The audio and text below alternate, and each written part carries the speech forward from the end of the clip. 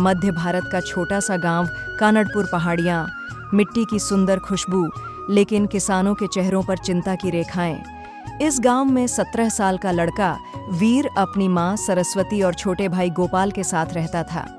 वीर का घर मिट्टी का था, छत पर पुराने खपरैल लगे थे और अंदर 2 कमरों में ही सबकी पूरी दुनिया बसती थी। लगातार 3 साल से बारिश कम हुई थी, जिससे खेत सूख गए थे। पिता की मौत के बाद घर का पूरा बोझ वीर पर था।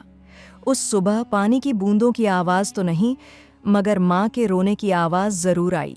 वीर दौड़कर माँ के पास गया और देखा कि वह धान की पुरानी बोरी पकड़े बैठी है, जिसमें बीज नाम की कोई चीज नहीं बची थी। वीर, खेत में बोने के लिए बीज ही नहीं है। इस साल भी फसल नहीं हुई तो हम कैसे जिएंगे? वीर शांत सुनता रहा, लेकिन आवाज गहरी थी। माँ, जब तक मैं जिंदा हूँ हम भूखे नहीं मरेंगे। गांव में एक ही आदमी था जिस पर सब निर्भर थे, साहूकार बृजलाल। उसकी दुकान पर अनाज, बीज, खाद सब मिलता, मगर ब्याज इतना था कि लोग जिंदगी भर उसके ऋण में दबे रहते। वीर माँ के साथ उसकी दुकान पहुंचा, ने कहा, बाबा, खेत के लिए बीज चाहिए, थोड़ा उधार दे दीजिए। बृजलाल ने कहा, उधार? कितनी बार कहा है?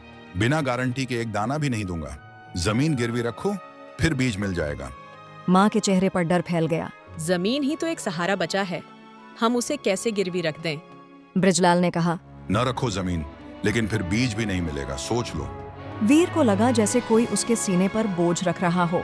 माँ ने वीर से कहा, बेटा, जमीन गिरवी मत रखना, चाहे भूखे रह लें पर जमीन नहीं दे सकते। वीर ने भी मजबूती से कहा, ठीक है, हम उधार नहीं लेंगे। और दोनों घर लौट आए। वीर रात भर सोचता रहा। बीज भी नहीं है, जमीन भी नहीं देनी, अब मैं क्या करूं? घर के बाहर बैठा आसमान देख रहा था, तभी उसे एक पुराना कट्टा दिखाई दिया। ये कट्टा उसके पिता का था, जिसमें कुछ पुराने औजार पड़े थे। वीर ने उनमें से एक चीज उठाई, एक छोटा लकड़ी का टुकड़ा, जिस पर उसके पिता ने लिखा था, हिम्मत वाला इंसान खुद रास्ता बनाता है। वीर के चेहरे पर एक हल्की मुस्कान आई। उसी रात उसे एक विचार आया। वह पहाड़ी के उस हिस्से पर जाएगा जहां गांव वाले जाना पसंद नहीं करते थे, क्योंकि वहां जंगली घास बहुत उगती थी। शायद वहां कोई जंगली अनाज का बीज मिल जाए। अगली सुबह वीर अकेले ही पहाड़ी पर चढ़ना शुरू हुआ। जगह सुनसान, कहीं कहीं सूखी झाड़ियां और बीच बीच में पत्थरों का ढेर। गांव में लोगों ने चेतावनी दी थी, उधर मत जाना, जंगली जानवर रहते हैं। पर वीर के कदम नहीं रुके। 2 घंटे की चढ़ाई के बाद उसने एक जगह देखा जहां मिट्टी थोड़ी नरम थी और कुछ पौधे उगे हुए थे। वीर ने पास जाकर मिट्टी को खोदा। उसकी आंखों में चमक आ गई। छोटे छोटे दाने जैसे जंगली बाजरा के बीज। उसी समय पीछे से आवाज आई, कौन है वहाँ? वीर डर गया। मुड़कर देखा, गांव के बूढ़े किसान राणा काका। राणा काका ने कहा, बेटा, तुम यहाँ अकेले क्यों आए? वीर ने पूरी बात बता दी। राणा काका भावुक हो गए। राणा काका ने कहा, वीर, ये बीज बहुत पुराने जमाने के हैं। हमारे दादा परदादा इन्हें बोते थे। मैंने इन्हें बचा कर रखा था, लेकिन लोगों ने इनका इस्तेमाल बंद कर दिया। वीर हैरान रह गया। वीर ने कहा, काका, क्या ये उगेंगे? राणा काका ने कहा, उगेंगे बेटा, ये ऐसे बीज हैं जो सूखे में भी फसल देते हैं, सिर्फ मेहनत चाहिए। काका ने पूरा बोरा भरकर बीज वीर के हाथ में रख दिया। काका ने कहा, ले जाओ वीर, तुम्हारे बापू अच्छे इंसान थे। ये बीज तुम्हें दे देना ही मेरा फर्ज है। वीर की आंखें भर आईं। वीर घर पहुंचा तो माँ की आंखों में चमक आ गई। 5 दिनों बाद उसने खेत तैयार किया और बीज बो दिए। गांव वालों ने हंसना शुरू कर दिया। गांव के आदमी ने कहा, अरे ये तो पागल हो गया है, कौन पुराने बीज बोता है? फसल तो बिल्कुल नहीं उगेगी। वीर चुप रहा, लेकिन मेहनत एक एक बूंद की तरह खेत में बहाई। सुबह से शाम तक खेत में काम करता, घास उखाड़ता, मिट्टी पलटता और रात को भाई को पढ़ाता था। उसकी मेहनत देखकर माँ कहती, बेटा, मेहनत कभी खाली नहीं जाती। 2 महीने बाद, जहां बाकी खेतों में मिट्टी सूखी थी, वीर के खेत में हरी पौधियां उग चुकी थीं। गांव में चर्चा शुरू हो गई।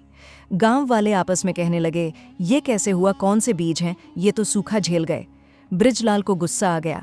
उसे डर हो गया कि उसका बीज का धंधा खत्म हो जाएगा। वह वीर के पास आया। सुन, ये बीज कहाँ से मिला? मुझे बता दे, मैं तुझे पैसे दूंगा। ये बीज देने का अधिकार मेरा नहीं, ये परंपरा का हिस्सा है। इन्हें बेचा नहीं जाता, बांटा जाता है। लबरेजलाल चिढ़ गया और चला गया। 4 महीने बाद वीर के खेत में सोने जैसे दाने उग रहे थे। जंगली बाजरा की सुगंध पूरे गांव में फैल गई।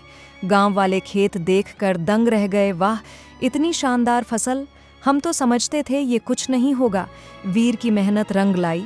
बाजार में उसका बाजरा बहुत अच्छे दामों में बिका और पहली बार उसके जीवन में पैसे घर में थे। माँ ने आंसू पोंछे। माँ ने कहा, बेटा, तेरा बापू होता तो कितना खुश होता।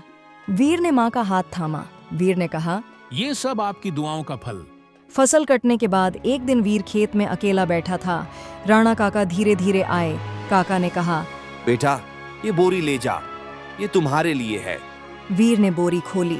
उसमें धन नहीं बल्कि और बीज थे। काका ने कहा, ये अगली साल पूरे गांव के लिए बोना। तूने जो ईमानदारी की है उससे फसल सिर्फ खेत में नहीं, दिलों में भी उगी है। काका, अगर आप न होते तो मैं आज यहाँ नहीं होता। बेटा, ईमानदारी ने तुझे ऊपर उठाया है, मैंने तो बस राह दिखाई।